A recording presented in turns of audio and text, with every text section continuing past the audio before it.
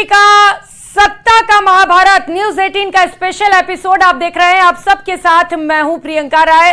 रुक करेंगे राजनीति से जुड़ी और इसके साथ साथ देश और विदेश की कई अहम और महत्वपूर्ण खबरों का। ईरान के राष्ट्रपति इब्राहिम रईसी के मौत से जुड़ी खबर से बुलेटिन की शुरुआत करेंगे, जहां पर इब्राहिम रईसी के साथ ही विदेश मंत्री हुसैन अमीर अब्दुल्लाहियन की हेलीकॉप्टर क्रैश में मौत के बाद दुनिया एक बार फिर से तीसरी जंग के मुहाने पर आकर खड़ी है। अपने राष्ट्रपति की मौत के बाद ईरान बुरी तरह भड़का हुआ है। अमेरिका जहां पूरे मामले में खामोश है, तो वहीं भारत ने कहा कि भारत ईरान की दोस्ती में रईसी की बड़ी भूमिका रही। हेलीकॉप्टर क्रैश की यह घटना क्या कोई साजिश है या फिर हादसा, यह फिलहाल साफ नहीं हो सका है।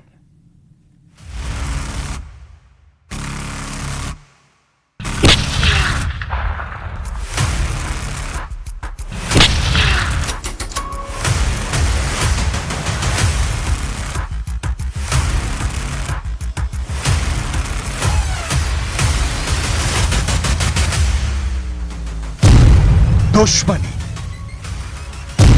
साजिश, षड्यंत्र, धोखा, गद्दारी,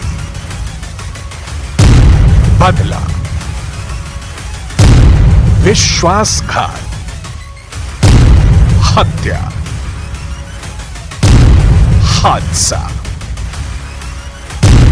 इब्राहिम रईसी की मौत की मिस्ट्री क्या?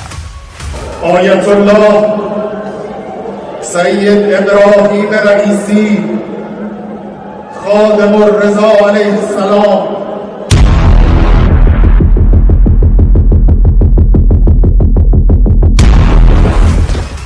क्यों गिरा रईसी का हेलीकॉप्टर? कैसे हुई रईसी की मौत? जलने से, चोट लगने से या वजह कुछ और रही? रईसी की मौत की गुत्थी सुलझाने में दुनिया के बड़े बड़े एक्सपर्ट जुटे हैं। लिहाजा यह समझना बहुत जरूरी है कि रईसी की मौत सिर्फ हेलीकॉप्टर क्रैश की वजह से हुई या इसके पीछे कोई बड़ी साजिश है।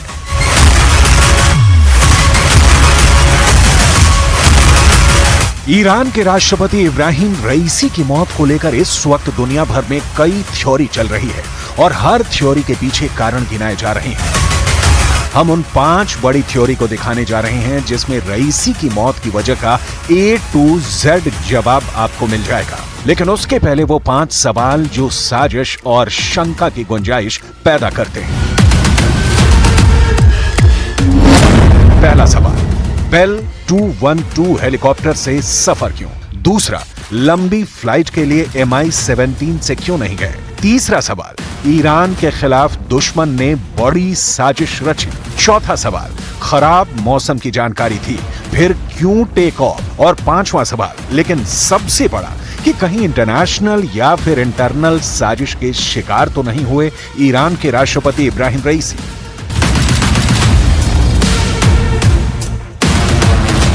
इन सवालों में रत्ती भर भी सच्चाई है तो फिर पूरी दुनिया के सामने नया और एक बहुत बड़ा संकट आने वाला है। इस संकट की डिटेल आपको आगे दिखाएंगे। अभी उन थ्योरी को देखते हैं जो रईसी की रहस्यमयी मौत से पर्दा उठाएगी। साजिश की थ्योरी नंबर 1। एक बेहद सामान्य लेकिन बहुत मजबूत सवाल उठ रहा है कि मौसम खराब था, कोहरा था, धुंध थी, लेकिन फिर भी रईसी का हेलीकॉप्टर टेक ऑफ क्यों हुआ? इसे एनिमेशन के जरिए समझते हैं। रईसी के काफिले में 1, 2, 3 हेलीकॉप्टर थे। मौसम तीनों के लिए समान था, लेकिन 2 हेलीकॉप्टर सामान्य लैंडिंग करने में सफल रहे और रईसी वाला हेलीकॉप्टर दुर्घटना का शिकार हो गया। सवाल है कैसे? क्या पायलट से कोई गलती हुई या हेलीकॉप्टर में ऐसा कोई डिवाइस फिट किया गया था जिसकी वजह से क्रैश हुआ?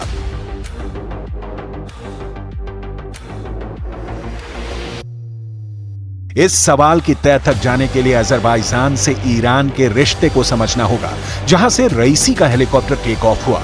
अजरबैजान ईरान की तरह ही शिया बहुल देश है, लेकिन अजरबैजान के रिश्ते ईरान से ज्यादा इजराइल से मजबूत रहे हैं। इसके पीछे की वजह है आर्मेनिया से अजरबैजान की दुश्मनी, जिसकी वजह है सीमा विवाद। इस मुद्दे पर इजराइल अजरबैजान का साथ देता रहा है, जबकि ईरान सीमा परिवर्तन का समर्थन नहीं करता। और यही सामने आती है साजिश की थ्योरी नंबर 2। अजरबैजान से रईसी का हेलीकॉप्टर उड़ान भरता है। हेलीकॉप्टर के बारे में कहा जा रहा है कि वो वेल कंडीशन में था, यानी किसी तरह की कोई तकनीकी दिक्कत या परेशानी हेलीकॉप्टर में नहीं थी। तो फिर क्रैश कैसे हो गया? रईसी की मौत का ईएमपी कनेक्शन।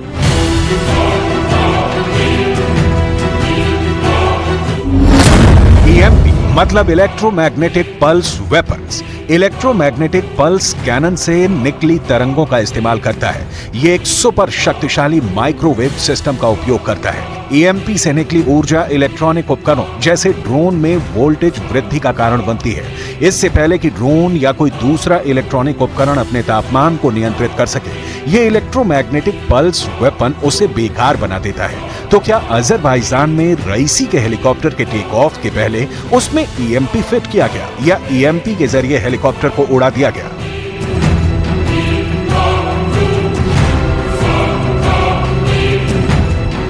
ईरान की बढ़ती ताकत पश्चिम देशों से लेकर अमेरिका और इजराइल तक के लिए परेशानी का कारण रही है।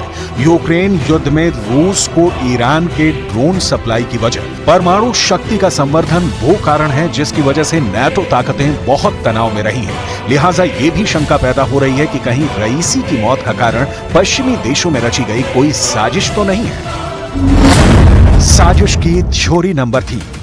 मध्य पूर्व में ईरान बड़ी शक्ति है और इब्राहिम रईसी इस शक्ति का केंद्र थे।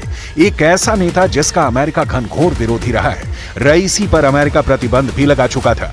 ईरान अमेरिकी प्रतिबंधों के कारण टेंशन में भी रहता था, क्योंकि मुल्क की तरक्की में ये प्रतिबंध बहुत बड़ी बाधा है। रईसी के नहीं होने पर अमेरिका या पश्चिमी ताकतें मिडिल ईस्ट में खुलकर खेल सकती हैं। 2020 में ईरान के लोगों के लिए हीरो माने जाने वाले जनरल कासिम सुलेमानी की एक अमेरिकी ड्रोन हमले में मौत हो गई थी, और यही वजह है कि ये शंका जताई जा रही है कि कहीं रईसी की मौत के पीछे पश्चिमी ताकतें तो नहीं हैं। अमेरिका ने रईसी की मौत की वजह किसी तरह की साजिश होने से शुरुआती तौर पर इनकार किया है, लेकिन फुल प्रूफ इनकार अब भी बाकी है। जाहिर है शक की बड़ी गुंजाइश अब भी शेष है।